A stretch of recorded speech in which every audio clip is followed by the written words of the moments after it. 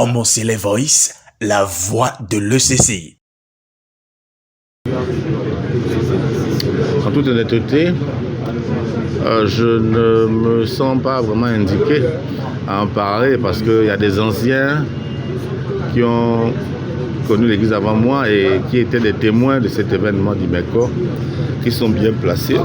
Et il y en a qui sont par que Dieu a rappelé que Dieu est leur âme. Mais ce que je peux dire, c'est que Imeko, comme le fondateur l'a dit, c'est la nouvelle Jérusalem d'Afrique. Et comme l'avait dit un ancien prophète de l'église, Séraphin Chérubin, quelques années avant la naissance de l'église, qu'il y aura un prophète de grande taille qui viendra des pays francophones et il va transformer la ville d'Imeko en une Jérusalem.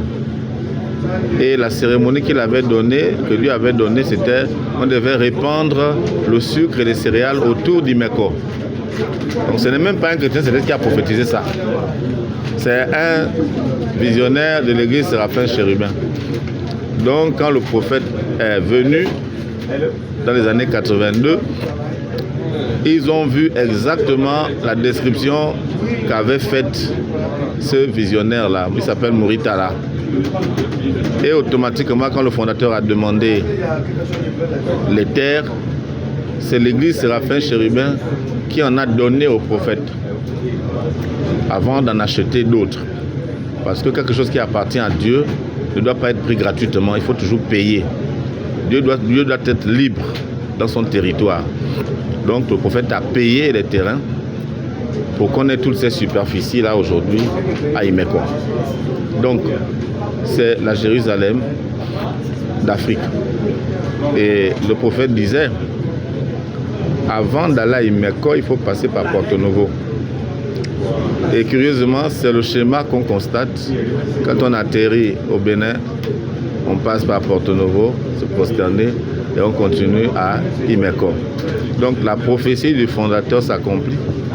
Et en plus, la fête des moissons de la paroisse mère, c'est le premier dimanche du mois d'octobre, à laquelle tout chrétien céleste dans le monde entier est supposé y prendre part selon l'organisation du siège suprême.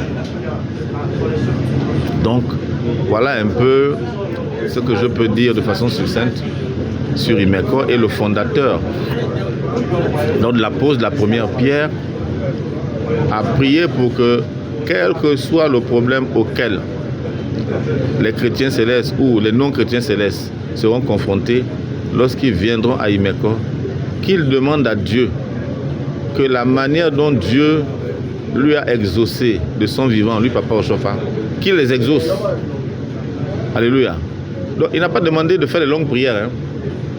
Vous êtes confronté à un problème, vous êtes dans le désarroi, venez dire ça au mausolée du fondateur. Et automatiquement, la manière dont Papa Oshofa a été exaucé, vous allez être exaucé. Les témoignages sont innombrables. Alléluia. Donc, voilà un peu. Et en plus, Imeko a une clé. La clé d'accès à comment on appelle. Vous savez, lorsque Adam et Ève ont péché, il était désormais interdit de prendre de l'arbre de vie, d'en manger, de peur qu'ils ne vivent longtemps. Donc ils étaient exclus du jardin. Et Imeko a cette clé de nous faire accéder à ce jardin auquel Adam et Ève n'avaient plus accès. Parce que nous sommes une nation Luli. Luli qui est la grâce. Donc c'est pour cela que nous devons tout faire pour mettre en application ce qui a été donné à Papa Oshofa afin que cette grâce surabonde dans tous les aspects de notre vie au nom du Christ. Nos vœux, ils demeurent les mêmes. Les vœux de santé, de prospérité, surtout de repentance. Parce que on devient chrétien céleste pour la repentance, afin qu'à notre mort, on voit Christ.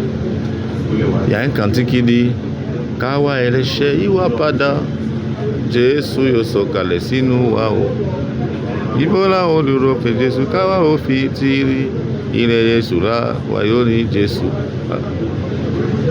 Nous verrons Jésus dans le temple.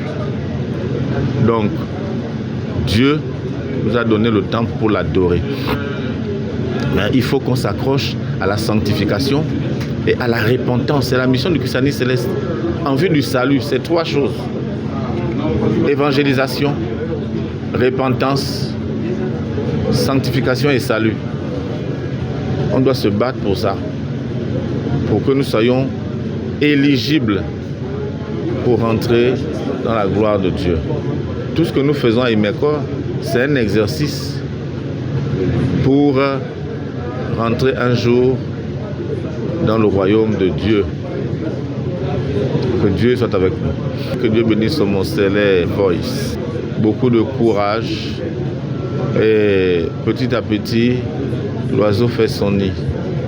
Donc ne vous découragez pas. Ce sont les étincelles qui font des grands feux. Battez-vous, prenez un maximum d'images, une grande banque de données d'images célestes dont auront besoin les générations futures.